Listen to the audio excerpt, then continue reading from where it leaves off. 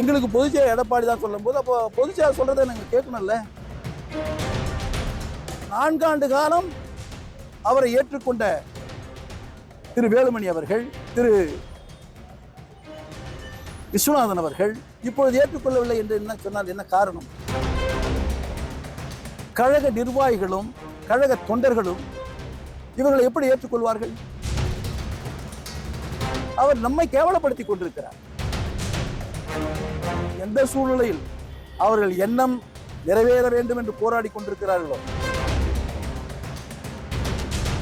அன்பிற்குரிய சகோதரர் வேலுமணி அவர்களும் அண்ணன் விஸ்வநாதன் அவர்களும் எங்களுக்கு பொதுச் செயலாளர் எடப்பாடி தான் சொல்றாங்க. சந்தோஷம். எங்களுக்கு பொதுச் செயலாளர் எடப்பாடி தான் சொல்லும்போது அப்போ பொதுச் செயலாளர் சொல்றதை நாங்கள் கேட்கணும்ல.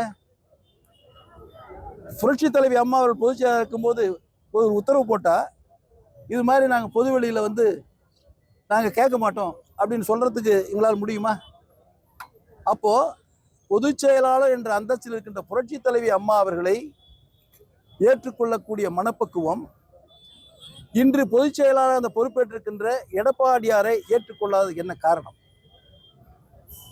பொதுச் செயலாளர் புரட்சி தலைவி அம்மா இடத்தில் கூட எதையாவது கருத்து சொல்ல வேண்டும் என்றால் பயந்துதான் நாங்கள் சொல்ல வேண்டி இருக்கும். ஆனால் புரட்சி தலைவி அம்மா மறைவுக்கு பின்பாக பல்வேறு சோதனைக்கு பின்பு முதலமைச்சர் பொறுப்பேற்ற எடப்பாடியார் அவர்கள் அந்த அமைச்சரவையில் திரு வேலுமணி அவர் இருக்கிறார், திரு தங்கமணி அவர்களும் இருக்கிறார்கள்.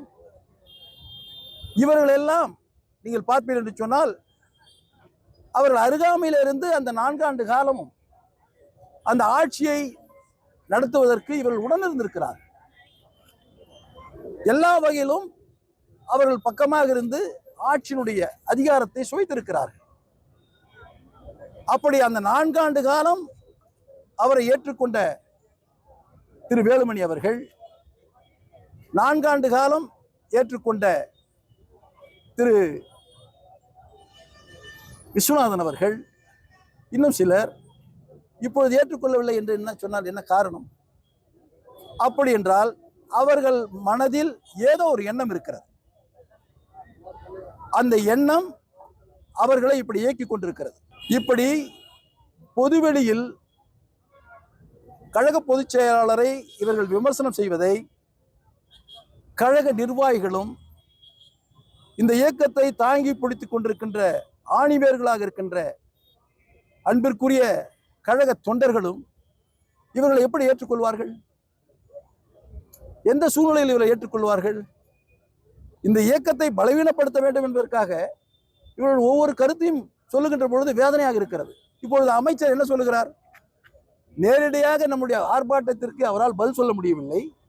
நமக்குள்ளே இருக்கின்ற கருத்து வேறுபாடுகளை முன்னிறுத்தி அவர் நம்மை கேவலப்படுத்தி கொண்டிருக்கிறார். எந்த சூழ்நிலையில் அவர்கள் எண்ணம் நிறைவேற வேண்டும் என்று போராடி கொண்டிருக்கிறார்களோ, அந்த எண்ணம் ஒருவேளை நிறைவேறினால்தான் அவர்கள் மனது அமைதியாகுமோ என்று சொன்னாலும் கூட அப்பொழுதும் நான் அவர்களை மதித்துக் கொண்டிருப்பேன். தவிர்க்க முடியாத தம்ப்நெயில்ஸ், கலக்கலான கண்டென்ட்ஸ், சினிமாவும் சீரியஸ் பிரச்சனைகளும், பல வருடங்கள் இடைவெளிக்கு பிறகு இந்த படத்துல ஒரு கலகலப்பும் கைகலப்பும். Me too, love you. Thank you so much. அவருக்கு மாஸ் ஏத்துறது போயிட்டே தான் இருக்காரே தவிர பிரேக்கே இல்லாமல் பிரேக்கிங் நியூஸ் சொல்லும் தந்தி டிவி ஆப். இன்ஸ்டா தலைமுறை வரை இறங்கி அடிக்கும் தந்தி டிவியின் டிஜிட்டல் எக்ஸ்க்ளூசிவ். அது தண்ணிக்குள்ள போகும்போது ஹேங் ஆயிடுச்சு.